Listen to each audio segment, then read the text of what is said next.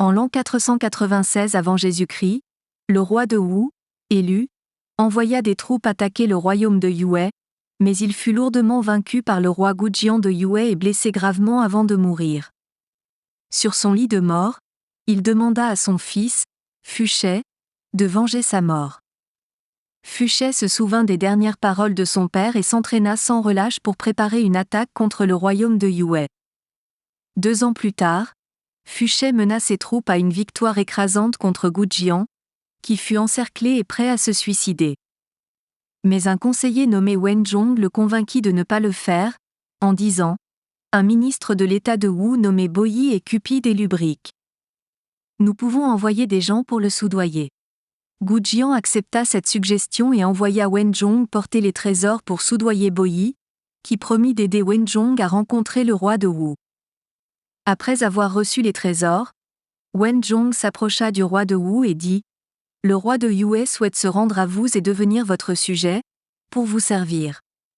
Puisse votre majesté le pardonner. » Bopi, également présent, a aidé Wenzhong à parler.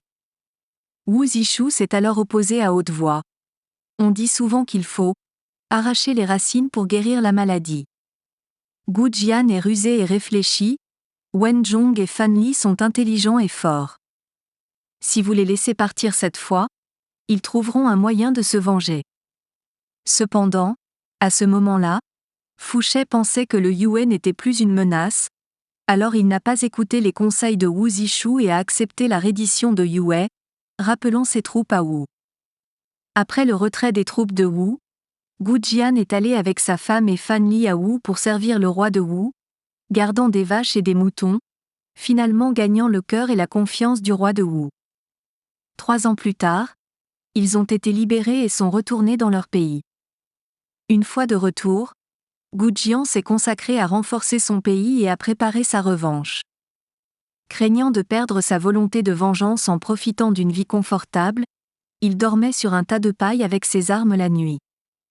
Il a également suspendu une amère bille dans sa maison et l'a goûtée tous les matins.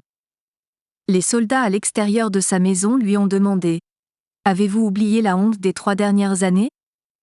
Gujian a confié à Wenzhong la gestion des affaires de l'État et à Fan Li la gestion militaire, et a lui-même travaillé avec les agriculteurs dans les champs. Sa femme filait également du fil et tissait.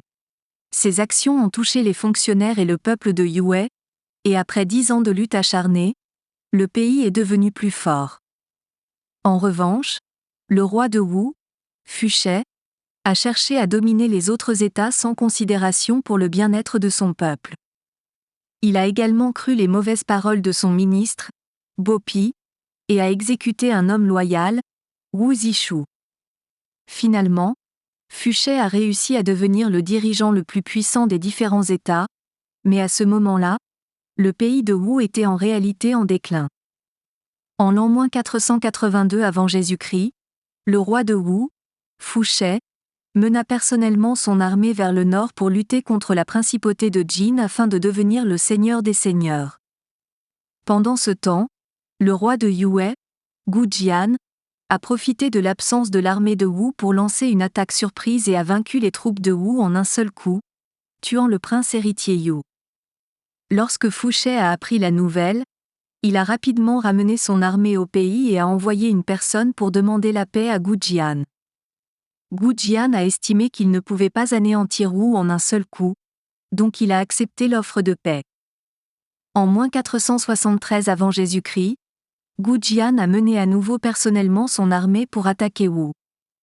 Wu était déjà très faible à ce moment-là et ne pouvait pas résister à l'attaque violente et puissante de l'armée de Yue, perdant de nombreuses batailles.